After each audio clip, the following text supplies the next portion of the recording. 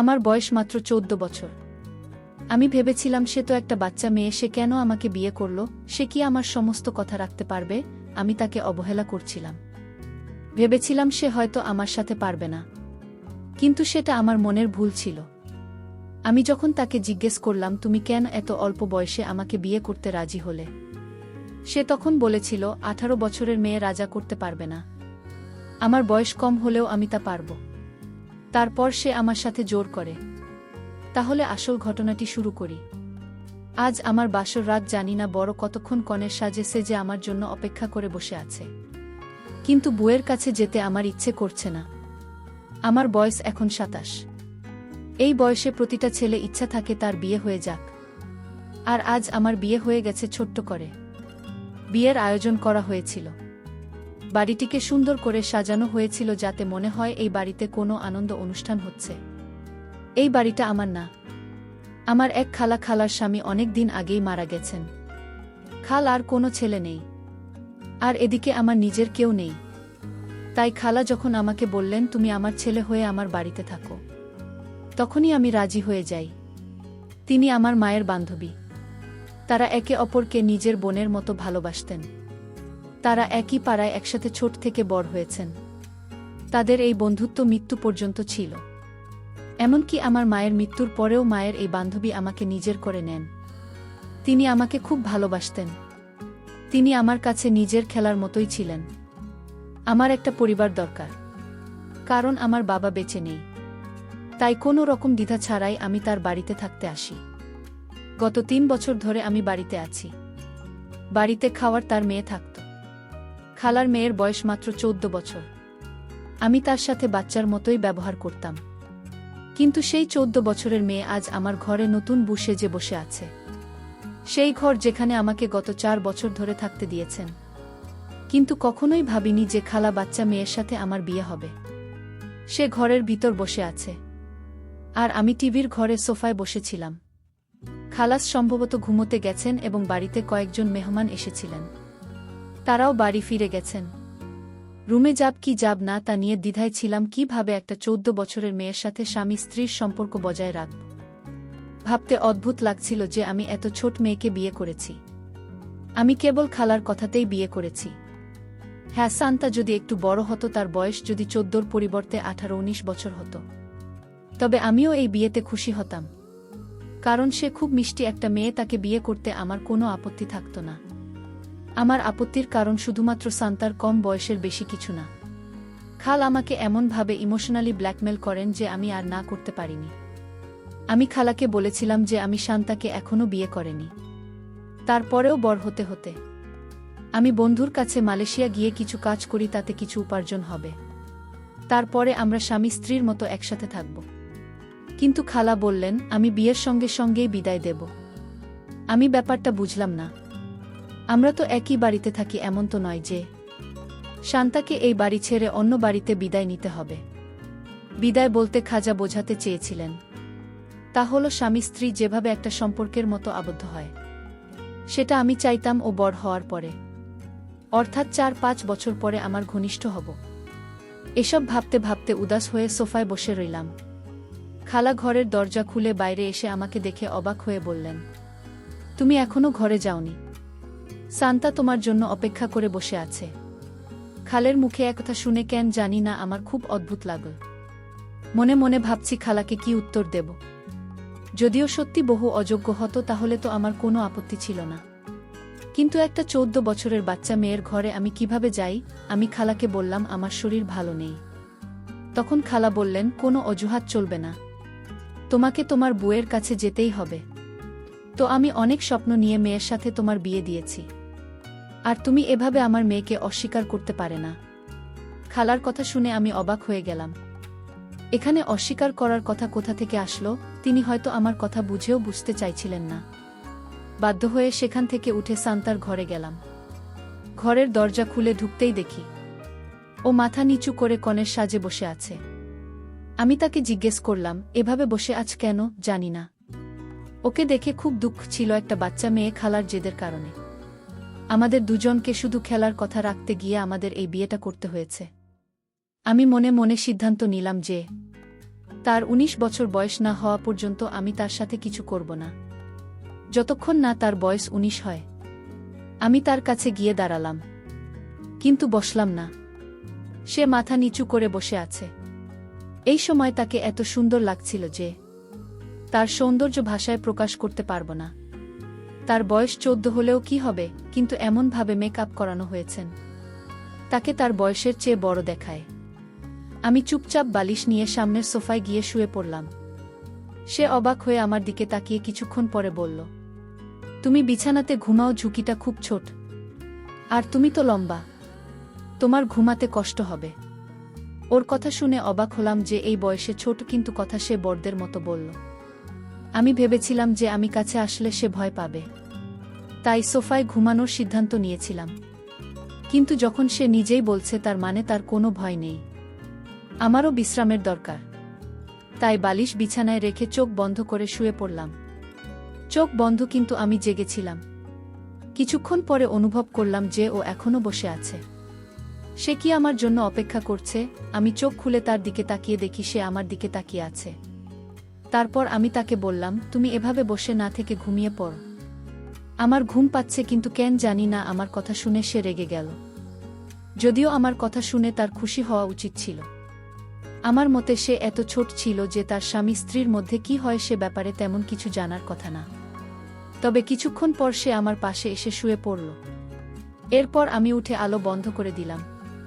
কিন্তু ঘুমের মধ্যেও কেন জানি না আমার বারবার মনে হচ্ছিল যে সে ঘুমের মধ্যে আমার দিকে চলে আসছে। বোধহয় সে ঘুমিয়ে গেছে, আর ঘুমের মধ্যে তার এদিক ওদিক করার অভ্যাস আছে। কিন্তু আমি জেগেই ছিলাম, সে আমার পাশে থাকায় আমার কেমন জানি হচ্ছিল। কারণ আমার কাছে একটা মেয়ে, আর তাও আমার স্ত্রী। তার উপর আমার পূর্ণ অধিকার ছিল। কিন্তু এত ছোট মেয়ের সাথে, না, এটা মনে হয় ঠিক হবে না। সকালে চোখ খুলে দেখলাম তখন ঘুমোচ্ছে। আস্তে আস্তে উঠে বাড়ি থেকে বের হয়ে গেলাম। সারাদিন একটা চাকরির আশায় ঘুরলাম, যাতে তাড়াতাড়ি একটা চাকরি পায়। সান্তাকে নিয়ে খুব চিন্তায় ছিলাম যে কিভাবে এতগুলো বছর সাথে একই ঘরে কাটাব। ভাবলাম খেলাকে বলল আমাদের ঘর আলাদা করে দিতে। সান্তা একটি লম্বা চওড়া এবং খুব সুন্দর মেয়ে। তাকে দেখে ১৪ বছরের মনে হয় না, বরং ১৭-১৮ বছরের মেয়ে মনে হতো। এখন আমি প্রায় সারাদিন বাড়ির বাইরে থাকি। বাড়িতে শুধু খাওয়া এবং ঘুমানোর জন্য, অথবা খালার কোনো কাজ থাকলে খালা আমাকে ফোন করতেন, আর একমাত্র তখনই বাড়িতে আসতাম। চাকরির খোঁজে বাড়ি থেকে বের হতাম। চাকরি এখনো পাইনি, কিন্তু কিছু না কিছু কাজ করতাম যাতে কিছু টাকা পয়সা রোজগার করতে পারি। খালার বাড়িতে জীবন খুব সুন্দরভাবেই চলছিল। একদিন খালা আমার কাছে এমন একটা জিনিস চাইলেন যা আমি চিন্তাও করতে পারিনি। খাবার শরীর খারাপ হলে তিনি আমাকে ডেকে বললেন যে আমার জীবনের কোনো গ্যারান্টি নেই, যে কোনো দিন চলে যেতে পারি। আমি চাই তুমি আমার মেয়েকে বিয়ে কর। ও খালার এই কথা শুনে আমি হতবাক হয়ে গিয়েছিলাম, কারণ খালার মেয়ের বয়স মাত্র ১৪ বছর। আর আমি কিভাবে এত ছোট্ট একটা মেয়েকে বিয়ে করতে পারি, যেখানে আমার বয়স ২৭ বছর। তার বয়স আমার থেকে অর্ধেক। কিন্তু মেয়ে মনে হয় খালার গলার কাটা ছিল অনেক দিন ধরেই। তিনি আমাকে ইমোশনালি ব্ল্যাকমেল করতে থাকলেন। আমার না বলতেও খারাপ লাগছিল, কারণ গত ৩৪ বছর ধরে খালা আমাকে খাওয়া পড়া এবং থাকার জায়গা দিয়েছেন। খালার বাড়িতে থাকার আগে আমি আমার মামার বাড়িতে থাকতাম। সেখানে দিনরাত আমাকে ইনসাল্ট করা হতো, আর এখানে আমি খুব সুখে আছি। খালা আমাকে খুব ভালোবাসতেন। তিনি কখনোই আমার অবহেলা করেননি, বরং আমাকে খুব যত্নে রেখেছেন। কিন্তু এখন খালা এমন একটা জিনিস আমার সামনে রেখেছেন যা আমি মেনে নিতে পারছি না, আবার অস্বীকারও করতে পারছি না। খালা আমার এত উপকার করেছেন যে আমি তার কথা অস্বীকার করতে পারছি না। কিন্তু ব্যাপারটা এতই অবাস্তব যে হ্যাঁ বলতেও পারছি না। আমি যদি না বলি তাহলে খালা মনে মনে কষ্ট পাবেন। আর তিনি এখন এত অসুস্থ যে আমি না বললে হয়তো তার শরীর আরও খারাপ হয়ে যাবে। ডাক্তার তাকে কোনো রকম টেনশন দিতে নিষেধ করেছেন, আর আমি তাকে কোনো অসুবিধায় রাখতে চাইনি। আমার কারণে যদি খাবার কিছু হয়ে যায়, তবে সারা জীবন নিজেকে ক্ষমা করতে পারব না। আর দ্বিতীয়ত, আমার এই কথা এখানে অনেক দুঃখ পাবেন এবং হয়তো আমাকে তার বাড়িতে রাখবেন না। কিন্তু আমি তার সামনে মাথা তুলে দাঁড়াতে পারব না। অনেক চিন্তা ভাবনা করে আমি তার মেয়েকে বিয়ে করতে রাজি হই। কিন্তু আমার শর্ত ছিল বিদায় ৫ বছর পরে হবে। কিন্তু খেলার কথা শুনে আমি হতবাক হয়ে গেলাম যে যখন তিনি বললেন এখনই বিদায় নিতে হবে। আমি বললাম, কি এমন সমস্যা এসেছে যে এত তাড়াতাড়ি বিদায় নিতে হবে? আমি কোথাও পালিয়ে যাচ্ছি না, আর ভগবানের কৃপায় আপনি এখনও ভালো আছেন। তখন খালা বললেন, হয়তো কালকে তোমার অন্য কোনো মেয়েকে পছন্দ হবে, আর তুমি আমার মেয়েকে ছেড়ে সেই মেয়ের পিছনে ছুটবে। অথবা কোনো মেয়ে হয়তো তোমাকে ভালোবাসার ফাঁদে ফেলতে পারে, তখন আমার মেয়ের জীবনটা নষ্ট হয়ে যাবে। তুমি ভাববে শুধু বিয়েই তো হয়েছে, তোমাদের মধ্যে কোনো কিছু হবে না।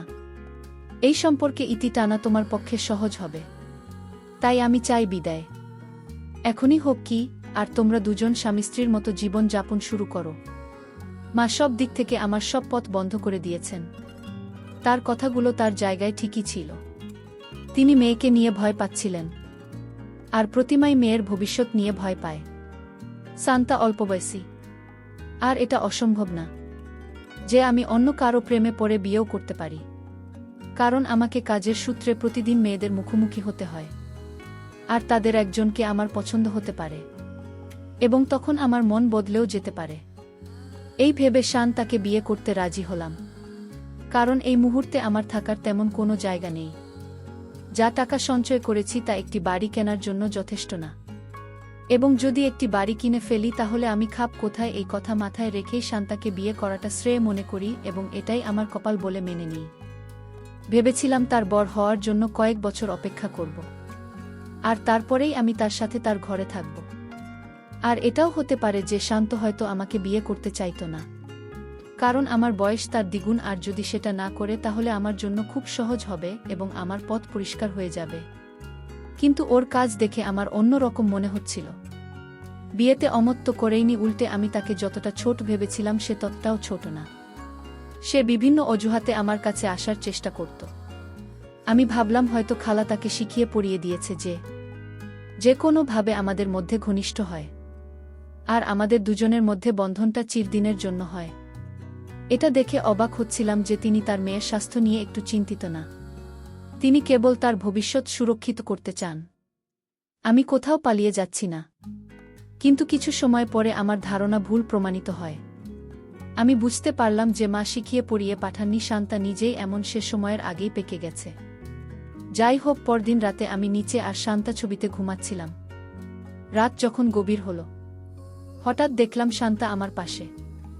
আমি ভাবলাম ও তো একটা কম বয়সী মেয়ে, তাহলে ও কি স্বামী স্ত্রীর সবকিছু বুঝতে পারে? আমি তাকে আস্তে করে ডাক দিলাম আর বললাম, তুমি এখানে কি করে এলে? সে বলল, আমি জানি না কিভাবে এখানে এলাম। তার কথা শুনে আমি আশ্চর্য হলাম। হঠাৎ সে অদ্ভুত এক আচরণ করা শুরু করল। আমি তার আচরণ দেখে অবাক হলাম। আমি বললাম, তুমি এটা কি করছো? সে তখন বলল, তুমি ভুলে গেছ, তুমি আমার স্বামী, তোমার প্রতি আমার সকল অধিকার আছে। বা আমি যাকে ছোট মেয়ে মনে করেছিলাম সে তো ছোট মেয়ের মতো আচরণ করল না। সে আমাকে বুঝতেই দিল না সে একটা ছোট্ট মেয়ে। আমি তার কান দেখে অবাক হলাম। বন্ধুরা, পরিশেষে একটা কথা তোমাদের বলতে চাই, তোমরা মেয়েদের বয়স কম হলেও তাদেরকে অবহেলা করবে না, কারণ তার বয়স কম হতে পারে, কিন্তু তার স্বামীর প্রতি যে কর্তব্য থাকে সেটা পালন করতে পারলে বয়সের কোনো সমস্যা হয় না। প্রিয় বন্ধুরা, গল্পটি ভালো লাগলে অবশ্যই কমেন্ট করে জানাবেন। আর নিয়মিত এমন আলাদা স্বাদের গল্প শুনতে ভিডিওটিতে লাইক এবং চ্যানেলটিকে সাবস্ক্রাইব করে সাথেই থাকুন।